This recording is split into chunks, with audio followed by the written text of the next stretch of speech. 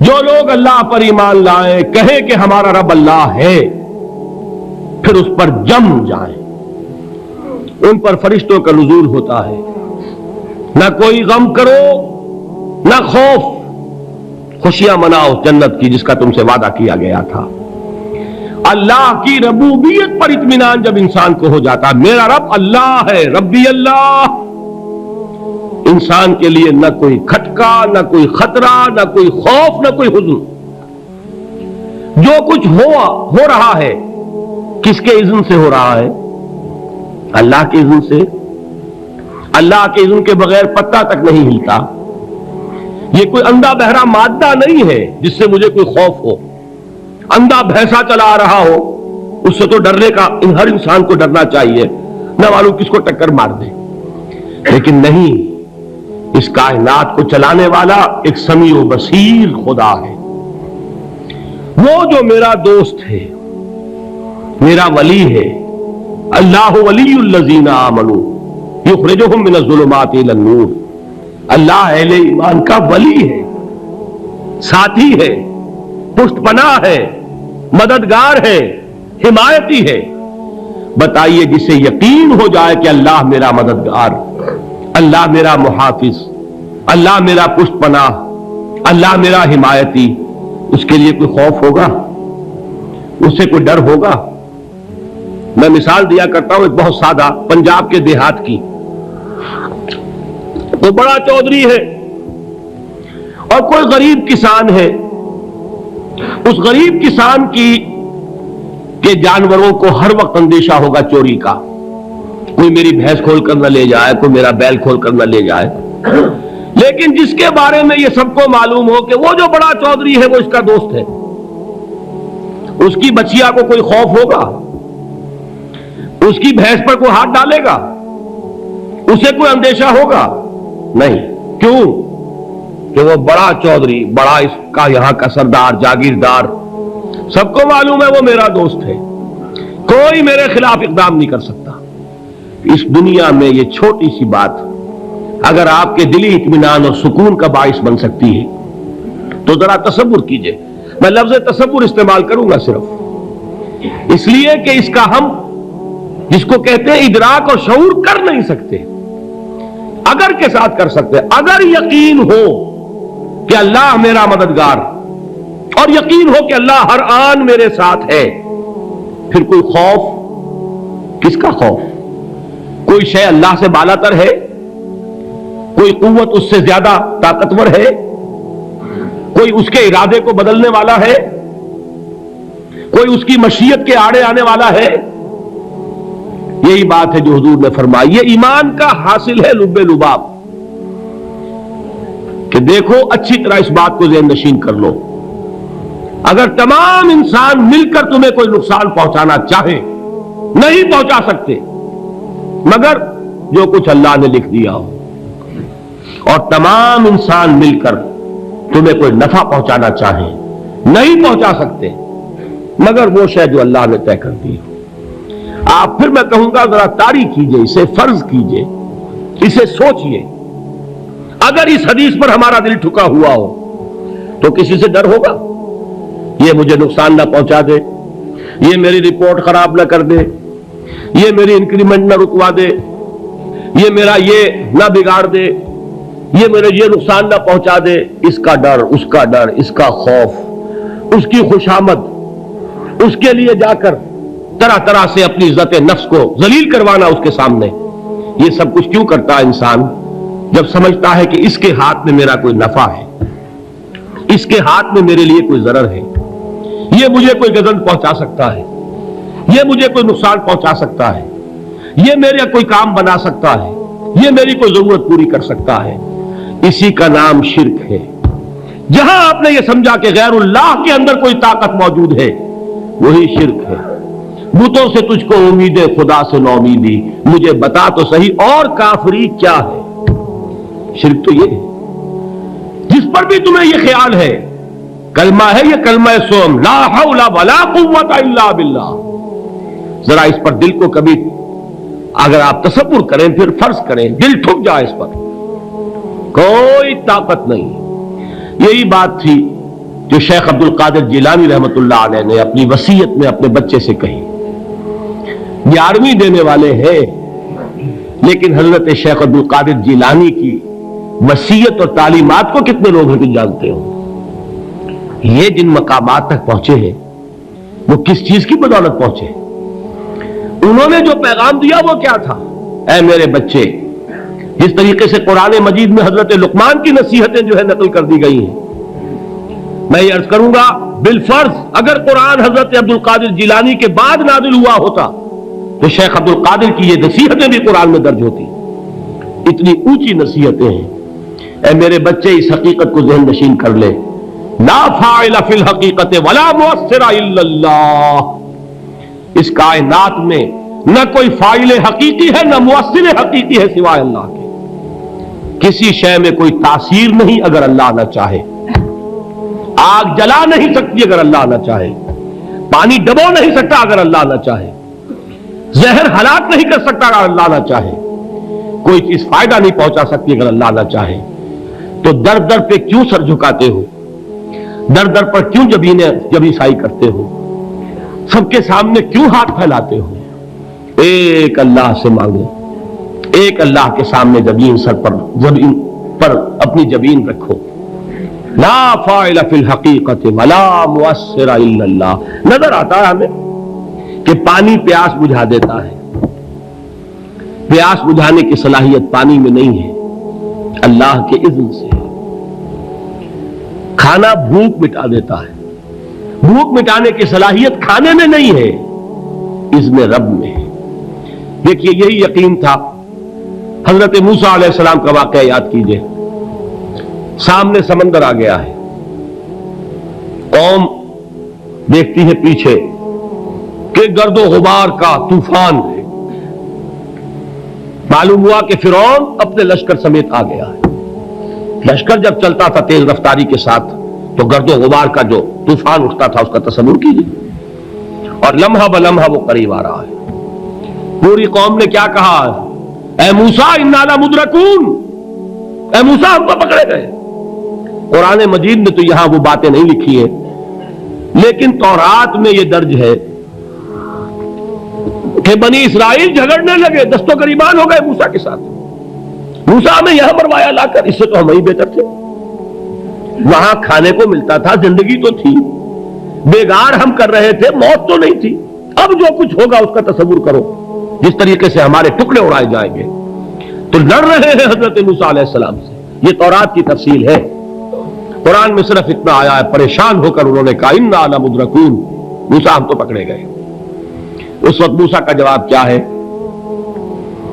کلا ان معی ربی سیہدین. نہیں، میرے ساتھ میرا رب ہے، وہ راستہ دے گا. بتائیے کہاں راستہ نظر آ رہا ہے؟ یہ ہے ایمان بالغیب. راستہ نظر نہ آئے تب اللہ پر یقین ایمان ہے.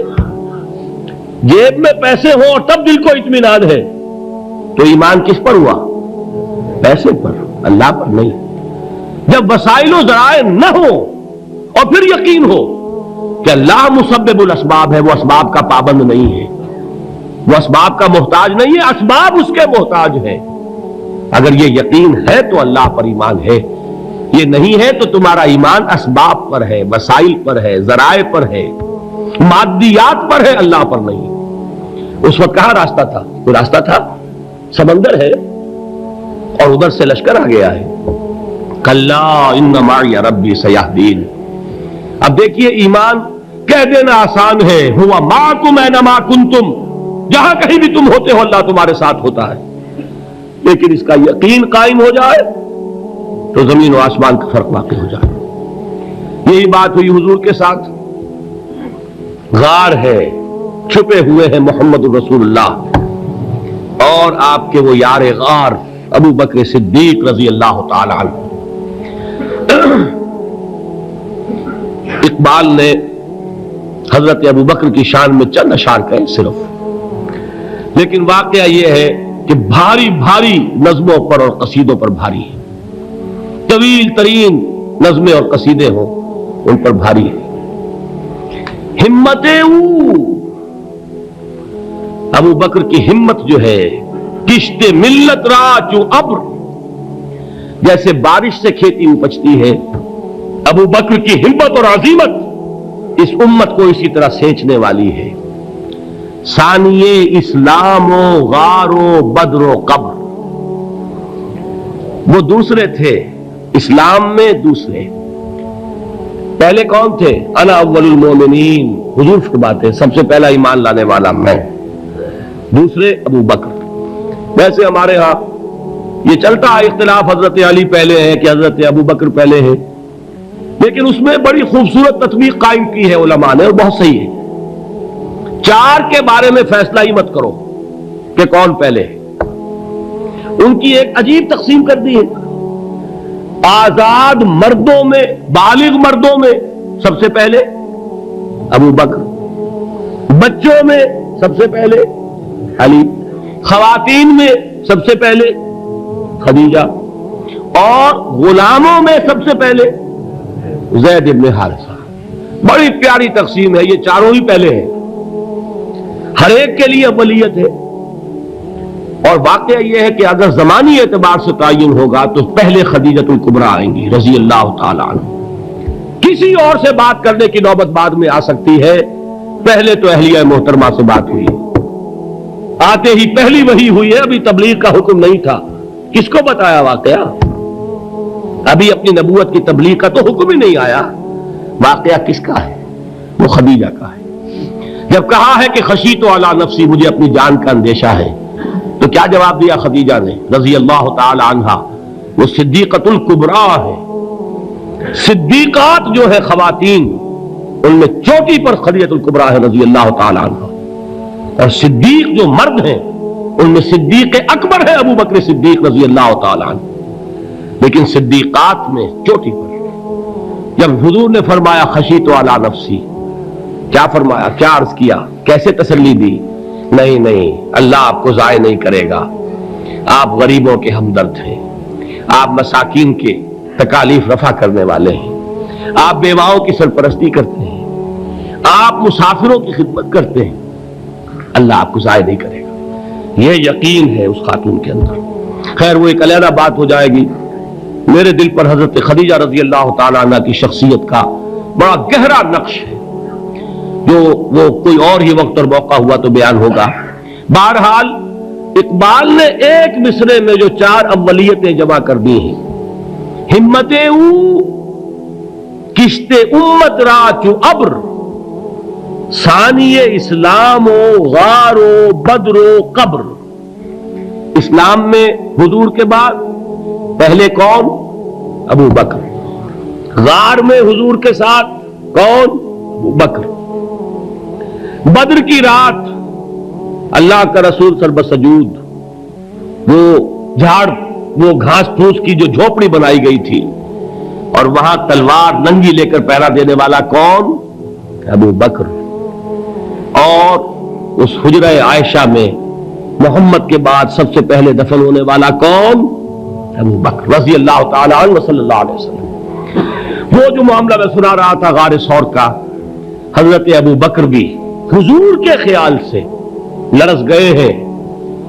آپ کو یاد ہوگا کہ جا کر پہلے تمام جتنے سوراخ تھے انہیں بند کیا ہے، ایک سوراخ رہ گیا تھا جس کو بند کرنے کے لیے کوئی کپڑا نہیں تھا، وہاں اپنی ایڑی رکھی ہے، تب کہا ہے حضور سے تشریف لائیے، اور اپنے زانو پر حضور کو لٹایا ہے، اور وہاں کسی موذی جانور نے کاٹا ہے، حضور کی آنکھ لگ گئی تھی، اس وقت اس بل کے اندر جو بھی بچھو ہے کیا ہے واللہ عالم، اس نے کاٹا ہے، اس کی تکلیف کی وجہ سے ابو بکر کی آنکھوں سے آنسو ٹپک گئے، حضور کے چہرے مبارک پر پڑے ہیں کہ حضور جاگے ہیں، معاملہ کیا ہے؟ ایڑی نہیں ہٹائی وہاں سے، مبادا وہ جانور وہاں سے نکل کر محمد الرسول اللہ کو کوئی گزن پہنچا دے، ابو بکر کی ایڑی ہے، جس طرح چاہے کھا لے، ختم کر دے، جان نکل جائے تب کوئی آنچ آئے، محمد پر تو آئے، لیکن جیتے جی نہیں۔ وہ ہے ابو بکر۔ حضور کے خیال سے اس وقت حضور نے پھر اپنا لعاب دہن لگایا ہے، اور اس سے پھر آپ کی تکلیف ختم ہوئی۔ جیسے خیبر میں حضرت علی کی آنکھ دکھ رہی تھی، اس کو جو شفا حاصل ہوئی وہ بھی حضور کے لعاب دہن سے ہوئی۔ تو بہرحال اس وقت انہوں نے کہا ہے کہ اے نبی یا رسول اللہ، اگر اس وقت ان میں سے کسی نے غیر ارادی طور پر بھی اپنے قدموں کی طرف جھانک لیا تو پکڑے جائیں گے۔ کیا جواب تھا اللہ کے رسول کا؟ لا تحزن ان اللہ معنا، اللہ ہمارے ساتھ ہے، کیوں گھبراتے ہو ابو بکر؟ یہ ہے ایمان باللہ، میرا مالک اللہ، میرا رازق اللہ، میرا محافظ اللہ، میرا مددگار اللہ، میرا پشت پناہ اللہ، میرا دوست اللہ۔ یہ دوستی ہے اللہ کی جو لب لباب ہے، حاصل ہے ایمان کا، اسی کا نام ولایت ہے۔ اولیاء اللہ کے سروں پر سینگ نہیں ہوتے، جس کے دل میں ایمان راسخ ہو چکا ہو وہی اللہ کا ولی ہے، جسے اللہ پر یقین ہو چکا ہے وہی اللہ کا ولی ہے، جسے یقین ہے اللہ میرے ساتھ ہے، میرا مددگار، میرا پشت پناہ، میرا ساتھی، میرا دوست، میرا محبوب، میرا محب۔ اللہ اہل ایمان سے محبت کرتا ہے۔ واللہ یحب الصادقین، ان اللہ یحب الذین یقاتلون فی سبیلہ صفا کانہم بنیان مرصوص۔ اللہ محبت کرنے والا، اہل ایمان محبوب، اور اہل ایمان محبت کرنے والے اللہ محبوب۔ والذین آمنوا اشد حبا للہ۔ آپ تصور کیجئے جسے یہ رشتہ ایمان یا رشتہ ولایت حاصل ہو جائے، الا ان اولیاء اللہ لا خوف علیہم ولا هم یحزنون، آگاہ ہو جاؤ، اللہ کے دوستوں کے لیے نہ کوئی خوف ہے نہ کوئی حزن ہے۔